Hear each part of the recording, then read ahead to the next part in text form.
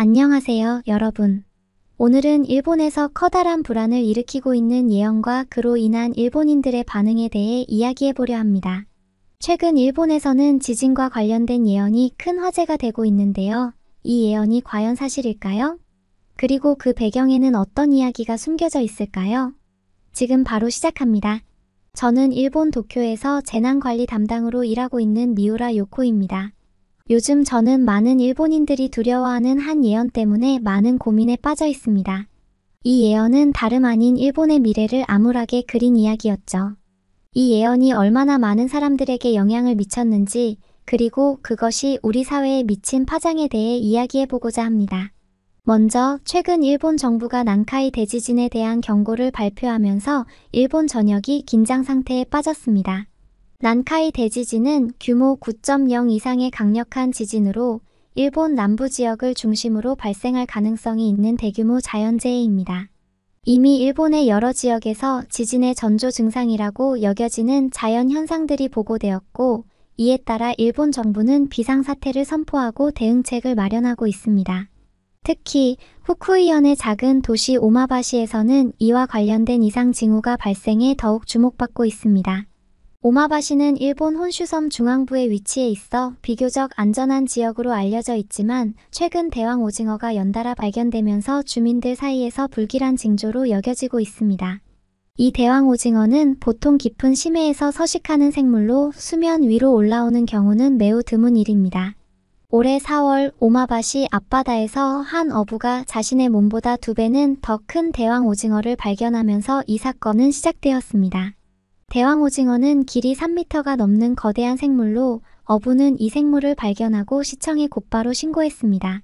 일본에서는 자연에서 발생하는 이런 이상 현상에 민감하게 반응하는 경향이 있습니다.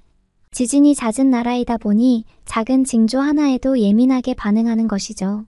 그런데 이 사건 이후 인근 도마야현과 니키타현에서도 비슷한 크기의 대왕 오징어가 발견되었다는 소식이 전해졌습니다.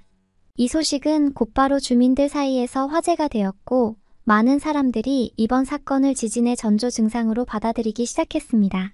이에 따라 오마바 시청은 즉시 지진연구원에 이 상황을 보고하였고, 관련 전문가들이 현장을 조사하기 시작했습니다. 지진연구원들은 이번 사건에 대해 심해 생물이 수면 위로 올라오는 것은 심해에서 지각 변동이 일어나고 있음을 의미할 수 있다며 대왕 오징어의 출현이 단순한 우연이 아님을 암시했습니다. 이 소식이 전해지자 일본 전역은 불안감에 휩싸이게 되었습니다.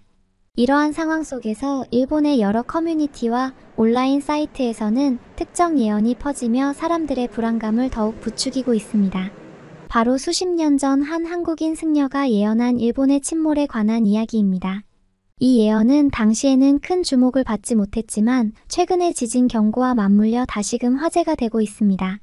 그 예언을 한 사람은 한국의 유명한 승려였던 타너 스님이라고 합니다. 그는 한국 불교계에서 높은 존경을 받던 인물로 미래를 예측하는 능력으로 잘 알려져 있었습니다.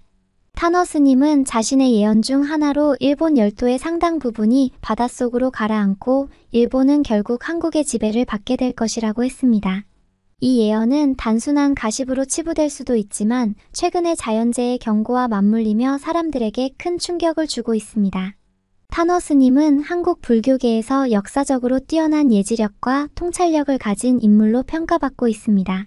그는 주역과 정역 등 동양 철학에 깊이 통달한 인물로 이를 바탕으로 수많은 예언을 남겼습니다. 특히 타너 스님은 자신의 죽음까지 정확히 예언한 것으로 유명합니다. 그는 나는 이날 이 시간에 세상을 떠날 것이다 라고 예언하였고, 실제로 그 예언대로 세상을 떠났습니다. 이외에도 타너 스님은 한국 전쟁의 발발, 월남전에서의 미국의 패배, 일본의 고베 대지진 등을 정확히 예언하였습니다. 그의 예언은 단순한 우연으로 치부할 수 없는 정확성을 가지고 있었기 때문에 그의 예언을 믿는 사람들이 많아졌습니다. 특히 일본에서는 타너 스님의 예언이 다시금 주목받고 있습니다.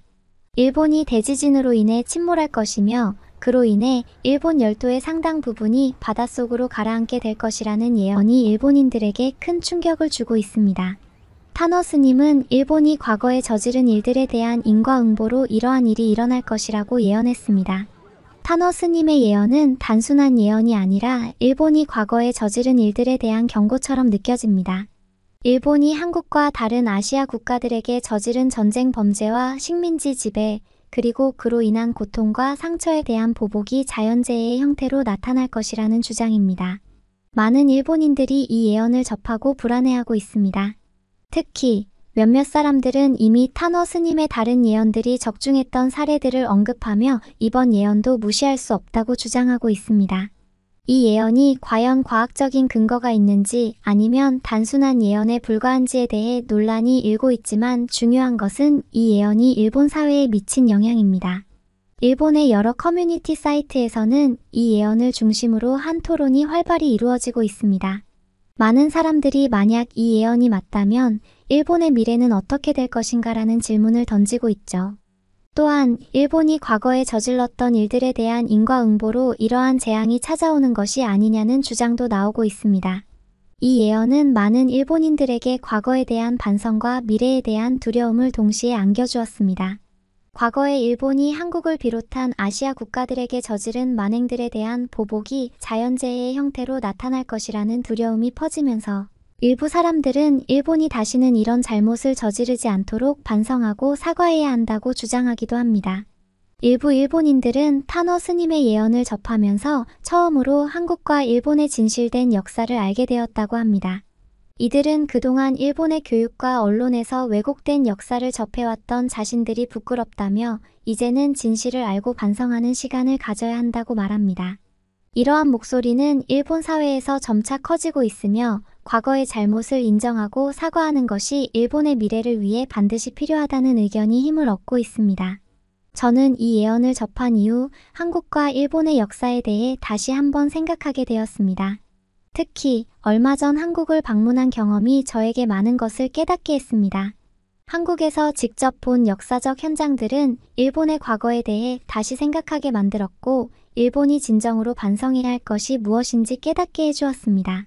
서대문 형무소에서 보았던 잔혹한 역사적 사실들은 저에게 큰 충격을 주었고 그 이후로 저는 일본의 역사 교육이 얼마나 왜곡되어 있었는지 깨닫게 되었습니다. 이로 인해 타노 스님의 예언이 단순한 경고가 아니라 일본이 과거에 저질렀던 일들에 대한 경고처럼 느껴졌습니다. 저는 일본에서 태어나고 자랐기 때문에 일본의 역사 교육을 그대로 받아들일 수밖에 없었습니다.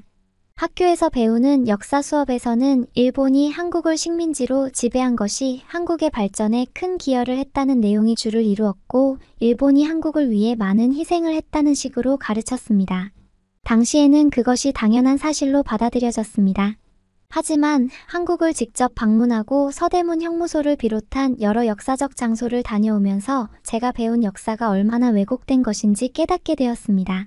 한국에서의 경험은 저에게 큰 충격을 주었고 그 이후로 저는 일본의 역사 교육이 얼마나 편협하고 왜곡된 시각을 가르쳐 왔는지를 뼈저리게 느꼈습니다. 처음엔 가벼운 마음으로 들어갔던 그곳을 나올 때는 정말 마음이 불편하고 발걸음이 무거웠습니다. 그곳에서 본 것들이 제 마음에 깊은 충격을 남겼고 그동안 몰랐던 진실 앞에서 혼란스러웠습니다. 한국에 대한 미안한 마음이 생긴 것은 그때부터였습니다. 저는 그동안 일본의 역사 교육에 세뇌되어 한국에 대해 부정적인 시각을 가지고 있었습니다. 하지만 한국에서의 경험은 저에게 그동안의 생각이 잘못되었음을 깨닫게 해주었습니다. 저는 일본이 한국을 비롯한 아시아 국가들에게 저지른 만행들에 대해 깊이 반성해야 한다고 생각하게 되었습니다. 저는 일본이 과거의 잘못을 인정하고 진심 어린 사과를 통해 역사를 바로잡는 것이야말로 일본이 미래로 나아가기 위해 해야 할 가장 중요한 일이라고 생각합니다. 일본이 진정으로 발전하기 위해서는 더 이상 과거를 외면하지 말고 진실을 직시하며 과거에 저지른 잘못에 대해 깊이 반성하고 이를 뉘우치는 것에서부터 시작해야 한다고 생각합니다. 이번 난카이 대지진이 예언과 관련이 있는지는 알 수 없지만 중요한 것은 우리가 과거의 잘못을 바로잡고 미래로 나아가야 한다는 것입니다. 일본이 과거의 잘못을 인정하고 진심으로 사과하는 것, 그리고 이를 통해 진정한 반성과 발전을 이루는 것이야말로 일본이 미래를 준비하는 길일 것입니다. 타노 스님의 예언은 단순한 예언이 아니라 일본이 과거에 저지른 일들에 대한 경고처럼 다가옵니다. 이 예언이 과학적으로 맞을지 아닐지는 모르지만 그 경고의 메시지를 무시해서는 안 된다고 생각합니다.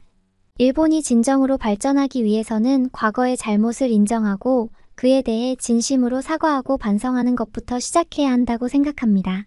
이 예언이 단순한 가십으로 끝나기를 바라지만 일본이 과거에 저지른 일들에 대해 깊이 반성하지 않는다면 그것이 미래의 어떤 형태로든 되돌아올 수 있다는 경고를 일본 사회가 심각하게 받아들여야 할 것입니다. 과거의 잘못을 바로잡는 것이야말로 진정한 미래를 준비하는 첫걸음일 것입니다. 일본이 과거의 잘못을 인정하고 사과하며 진정한 반성과 발전을 이룰 수 있기를 바랍니다.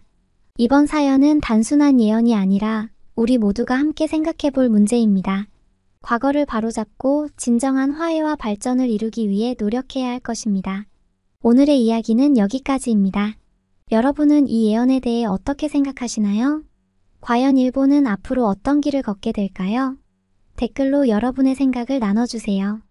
그리고 이 영상이 마음에 드셨다면 구독과 좋아요 부탁드립니다. 여러분의 응원은 저에게 큰 힘이 됩니다. 이상 한국의 빛과 소리였습니다. 다음 영상에서 또 만나요.